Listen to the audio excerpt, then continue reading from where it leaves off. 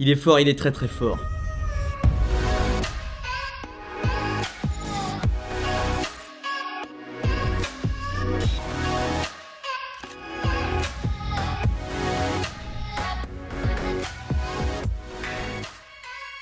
Bonjour à tous et à tous, c'est Hugo, Daziahao, moi c'est Liguo, j'espère que vous allez bien. Aujourd'hui on se retrouve pour une nouvelle vidéo avec Simon, un élève qui est venu pour 10 heures de formation. C'est la première fois qu'il faisait de la vidéo et on voit ce que ça donne.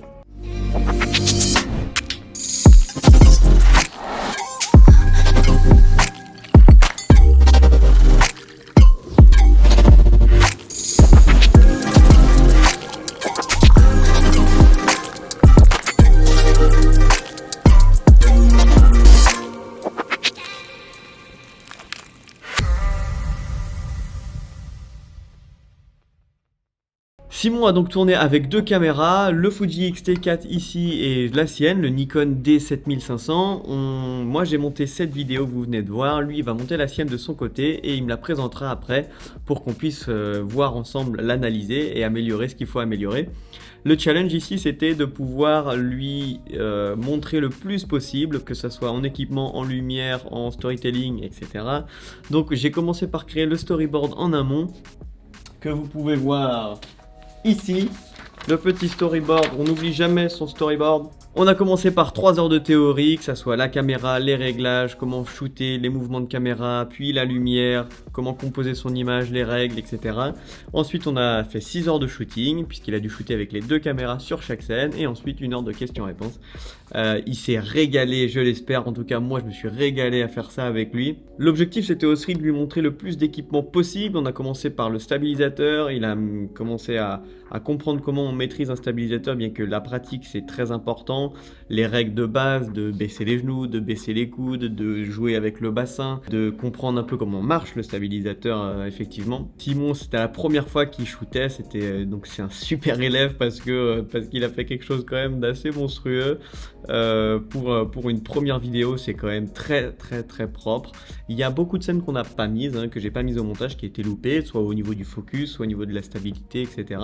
On a donc vu plusieurs mouvements de caméra, plusieurs types d'angles, plusieurs types d'éclairage. Vous pouvez voir qu'on a installé du coup un drap noir du côté du mur blanc, puisque le mur blanc va réfléchir la lumière principale de l'extérieur, notre key light. Du coup, on a utilisé la lumière du soleil. On a juste posé un drap blanc pour pouvoir diffuser au maximum cette lumière, pour pas qu'elle soit trop brute.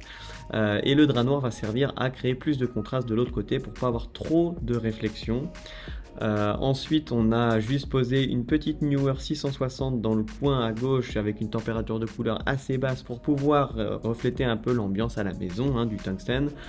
On est venu avec un ring light depuis le haut pour pouvoir éclairer nos scènes la plupart du temps, bien que celle-ci a été éclairée avec une softbox, la softbox qui va créer du flickering, puisqu'on est quand même du coup à du 120 fps avec un shutter du coup double, et le softbox est fait avec du fluorescent, c'est ce genre de lumière c'est pas de la super qualité, c'est pas du LED, et c'est de la lumière cheap qui va créer plus facilement du flickering que du LED. Attention à ça si on tourne dans des cadences élevées de vitesse d'obturation. Donc il a pu tester le moniteur, le slider, créer le plus de scènes possible avec les équipements à bord, et voilà ce que ça donne sans le son.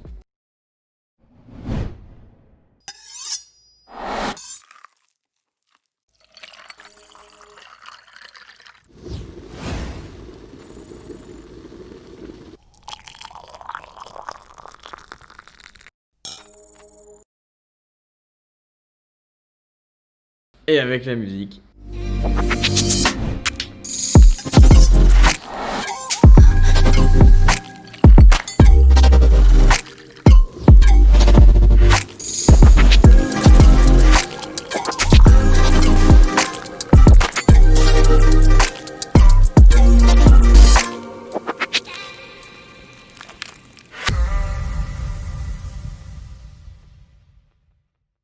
Allez, c'est parti, on passe au montage. On voit ici avec mon adjustment layer M-Film de Motion VFX qui va me permettre tous les atouts cinématographiques du coup pour accentuer un petit peu cet effet publicité qu'on a essayé de donner, qu'on essaye de donner.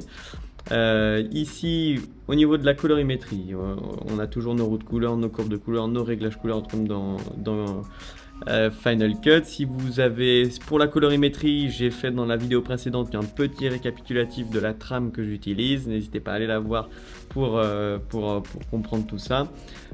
Ici, au niveau du sound design, il y a du whoosh sound forcément pour les transitions, il y a des bruits de couteau, il y a des bruits de sound effect, c'est-à-dire des librairies d'effets de style, que ce soit des risers, que ce soit des whoosh, que ce soit des hits, que j'achète plutôt sur Lens Distortions, qui sont très très propres. D'autres types de sons comme des bruits de quelqu'un qui mâche, des bruits de glaçons avec de l'eau mélangés ensemble, des effets de son plutôt high-tech, d'autres whoosh, de la transition, de l'eau chaude qui bout, qui collait bien avec le mouvement du smoothie, parce que le bruit du smoothie, franchement, il est pas terrible, mais il est même atroce en fait. Du coup, c'était plus intéressant de travailler avec un bruit d'eau chaude qui bout, hein, d'une bouilloire, et puis voilà, du son, un petit chin.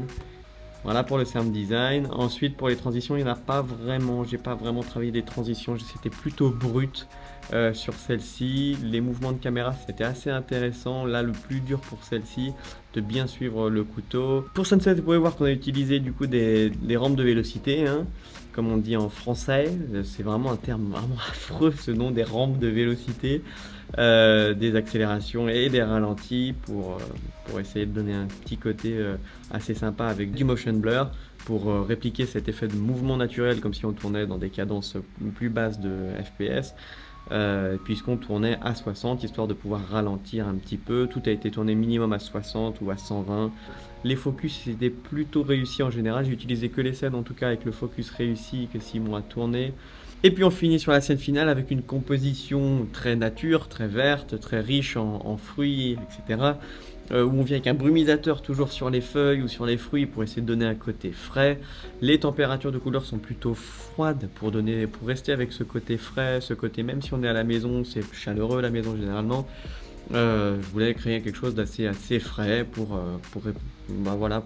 induire cette émotion de fraîcheur du smoothie que le blender de chez Philips peut créer.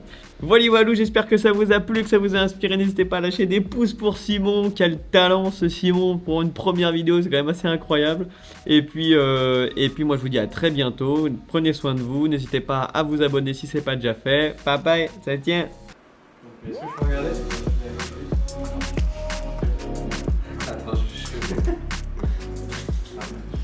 Ah bah bravo les élèves, hein.